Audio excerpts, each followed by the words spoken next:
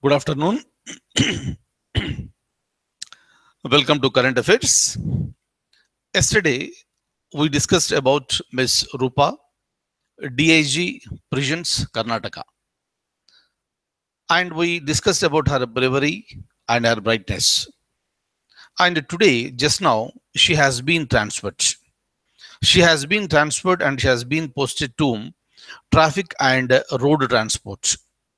So this is what the sincere officers will get. So this is what the whistleblowers will get. So, so when somebody is working such type of seriousness and commitment, and if someone wants to expose something wrong that is happening somewhere, so why they should be treated like this? And of course, yesterday only I told you the Chief Minister, Mr. Siddaramaiah, has questioned and he was talking about the service rules of the violation of the service rules by Ms. Rupa for revealing this information to the press. But she made it very, very clear and she has not revealed anything or released anything to the press. So, but whatever it is, in fact, so her bravery has to be lauded and a serious investigation has to be conducted into that one. Of course, the government has, constituted a committee to look into all these things. So, but today it's a very shocking news that she has been transferred.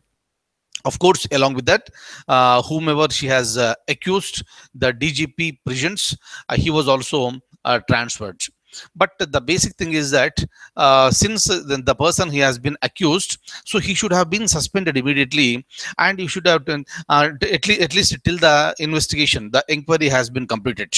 So we are not saying that everything is going in a very, very nice manner. If everything is right, why people like Ms. Rupa will try to expose this? And sometime back, the same thing happened in Uttar Pradesh also. It was Durga Shakti Nagpal. And at that time, it was Mr. Akhilesh Yadav was the Chief Minister of Uttar Pradesh, and Durga Shakti Nagpal was an IAS officer, and it's because of her bravery, which has not been accepted by the political leaders in Uttar Pradesh, and she was suspended during that time. Right, and the same thing has been repeated now. So instead of this praising her, applauding her, this giving her some this more encouragement to do better things, and today Ms. Rupa has been transferred. And of course it also happened for the people like Ashok Kemka. So like this, so many examples are there with respect to IAS and IPS officers. If this is the situation, if the politicians are dominating the issues like this, then who will give the then how come the morale of the civil servants will increase? But even then, people like Ashok Kemka, people like Durga Shakti Nagpal, and today people like Ms. Rupa. So these are all the role models for the serious candidates who are preparing for the civil service examination. Hopefully, whatever the allegations that are made by this Ms. Rupa with respect to the arrangements that are being made for Shishikala in the prison, right? So everything has to be investigated thoroughly, and everything has to come out very cleanly and neatly. Right. So, but whatever it is, so we support Ms. Rupa for her bravery and hope wherever she is, whether she is in the DG for prisons, whether she is for traffic and road transport, wherever she is, she will be working with the same type of attitude and commitment and bravery. So we wish her all a very, very good luck. Now, so next thing I would like to show you a question. Kindly look at this. Look at this. National Strategic Plan for Malaria Elimination. That was launched on July 12th. That was launched on July 12th by the Health Minister. Is for the period of. Kindly remember, these type of questions are being asked, so you have to be very careful. It is a very recently launched program, and this is called a National Strategic Plan for Malaria Elimination. And this is for a period of generally, whenever any scheme is launched, that scheme is launched for this for 5 years in general. And obviously, if you can look at this, so this is for the period of 2017 to 2022. Kindly remember, please read the question once again. So option C is the answer. Okay, I'm going ahead. Right. Next. Next, another very important question, maybe a possible question in any forthcoming examination is that which of the following is the target year for government of India for the elimination of malaria, completely eradication of malaria? And as we know that malaria is one of the very this dangerous diseases that is very much present in India. So look at this, lots of mosquitoes are present in almost all the states in the country.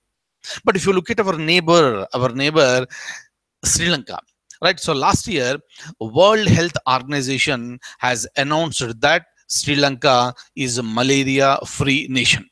So, and obviously, so India is also working towards that. And of course, we have eradicated polio, and our next target is malaria. Clear. And the government has started working on this one. Of course, not now. Even in the previous cases also, the government was working, but now with more commitment and enhanced energies, the government has decided to eliminate malaria from India, and the targeted year is 2030. Please remember 2030. So India will be completely free from this malaria, and after that it will be verified by a World Health Organization. Later, WHO will be announcing India as a free malaria nation, right?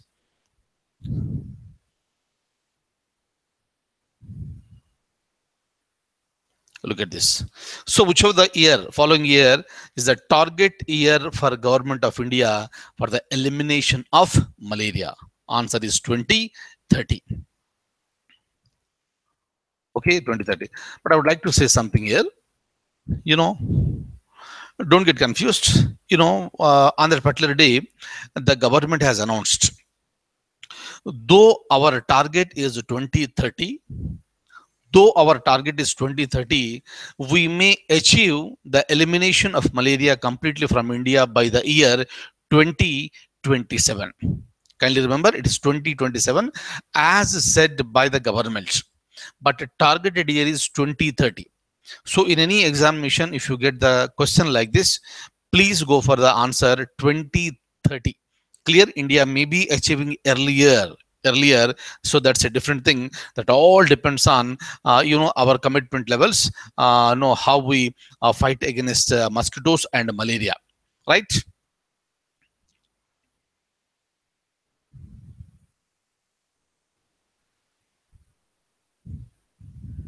Okay, next. This, in the year 2016, World Health Organization declared Sri Lanka as malaria-free nation.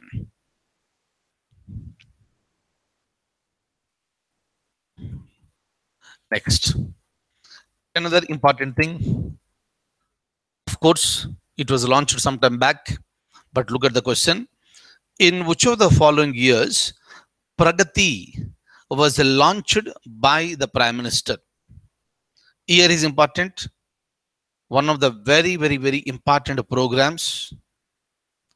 I am going to explain you what exactly is this, but kindly look at the options now. What should be the answer for this? Answer is 2015. This is a very pet program of the Prime Minister of India, Mr. Narendra Modi.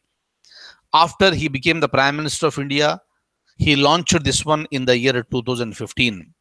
Right? So kindly remember this. Now I would like to tell you what exactly is the meaning of this. Look at this. So he launched his ambitious multi-purpose and multi-model platform called Pragati.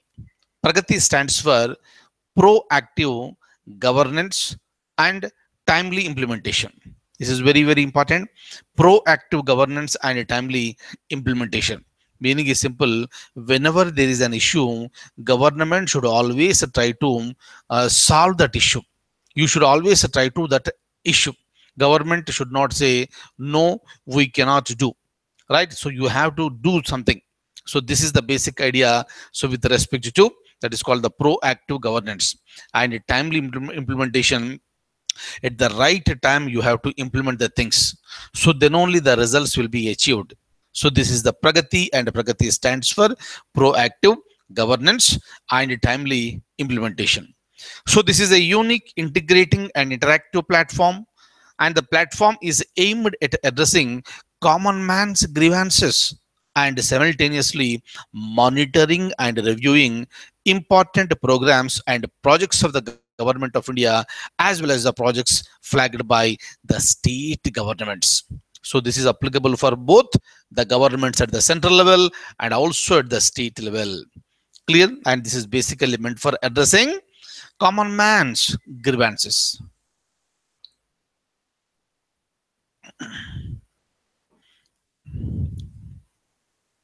Am I clear? So these type of things are very frequently asked questions in the examination, right? So now I would like to show you something more today, which is important. So with respect to the international relations, look at this. This is related to India and Portugal.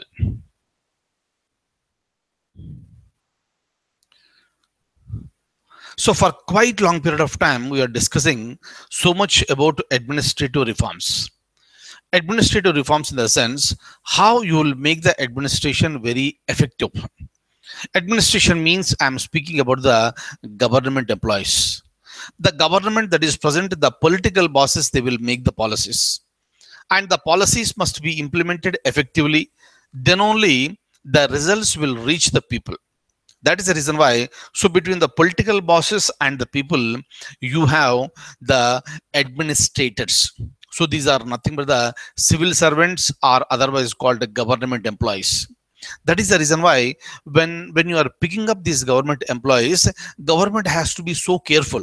That is the reason why in just a single examination at the higher level positions, they will not be allocated to any person. That is the reason why there will be filtration from lakhs of candidates, and finally some few hundreds of the people will be selected, and this is only to see that whether that particular person will be suitable for giving the government job or not. So by looking at the skills of the person today, so the government will come to a conclusion the selected person may be suitable for proper training. If properly trained, so he is going to become an effective administrator. That is the reason why, so we always discuss about the administrative reforms. But how do you make the administration so effective? As long as you are using the previous principles, clear age-old principles, so that will not lead to any development. That is the reason why administration has to be dynamic. Administration has to learn various things. From where you are going to learn?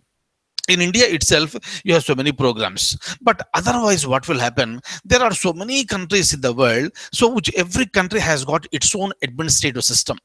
That is the reason why it is better to study the administrative systems that are existing in other countries.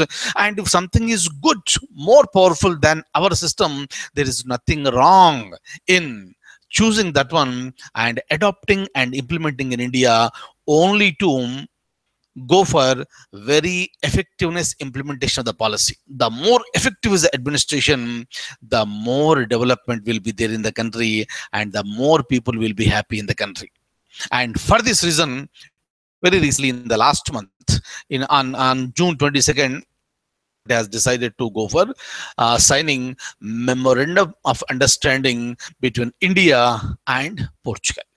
Am I clear? Kindly remember, especially the people who are preparing for the civil service examination, wherever you come across with the concept of administrative reforms, please pay complete attention and read. Clear? And of course, various committees are there, various implementations have been done in India, and you will come to know all these things very slowly. Right? So don't forget, wherever you come across with any article with respect to administrative reforms, I want you to read. Now, so with respect to India and Portugal, I would like to show you the document. Look at this. So the Union Cabinet on June 22nd, 2017 has approved the signing of a memorandum of understanding between the Department of Administrative Reforms and Public Grievances, which is present in the Ministry of Personnel, Public Grievances and Pensions, and the Ministry of Presidency and Administrative Modernization of Portugal, right? And this is for the cooperation in the field of administration and governance reforms. Meaning, basically, this MOU is meant for cooperation between India and Portugal, where in the field of public administration means government administration, right? And also governance reforms. So this is the basic idea regarding the, what is called the memorandum of understanding. Look at this. This MOU will help in understanding the system of customer oriented public service delivery in Portugal with reference to rapidly changing environments in the area of public service management, and enable in replicating, adopting and innovating some of the best practices and processes in the Indian public service delivery system, and leading to the improved public service delivery in India. Hope you got it. Ultimately, the public service delivery system has to be improved like anything. You cannot be static, and the administration has to be always dynamic in nature. Kindly look at the society. So when we got the independence, what was our this economic condition? It was very, very poor. So now, of course, we are a developing nation.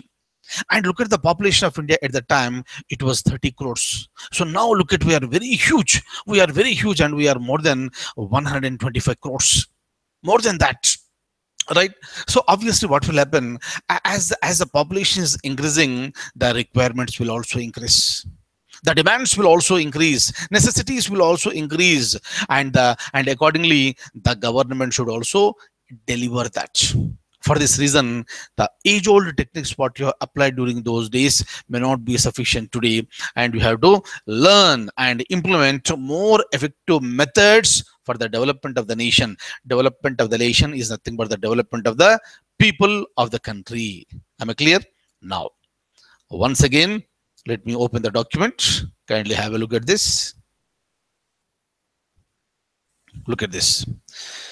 So the areas of the cooperation under MOU may include all these things, but shall not be limited to. It is not a limitation, but this is including all these things. What are they? Digital transformation of a government, administrative simplification and process reengineering. Maybe some of you who got exposure with the government working system, the files move from one table to the other table. The files move from one department to the other department. The files will move from one ministry to the other ministry. And ultimately what happens is that the process is considered to be a cumbersome process. But basically what happens, as a citizen of India, I expect my things to get done at the earliest. But even for getting a ration card, even for getting Aadhaar card, even for getting the passport, the system was so hard previously. Of course, now it is becoming little flexible, but it should become more flexible. Similarly, if you go for a driving license also, maybe you have your own personal experience. Clear? So that is the reason why simplification has to be implemented. The more simplified methods, the more the people will be happy. Otherwise, here, if I go for driving license, if I'm asked to come again and again, going for the ration card, if I'm asking for come again and again, so then what will happen to my quality time? My quality time will be wasted. So meaning the developmental process will be retarded. That is the reason why simplify the things, right, as much as you can, and then the delivery becomes so easy, right?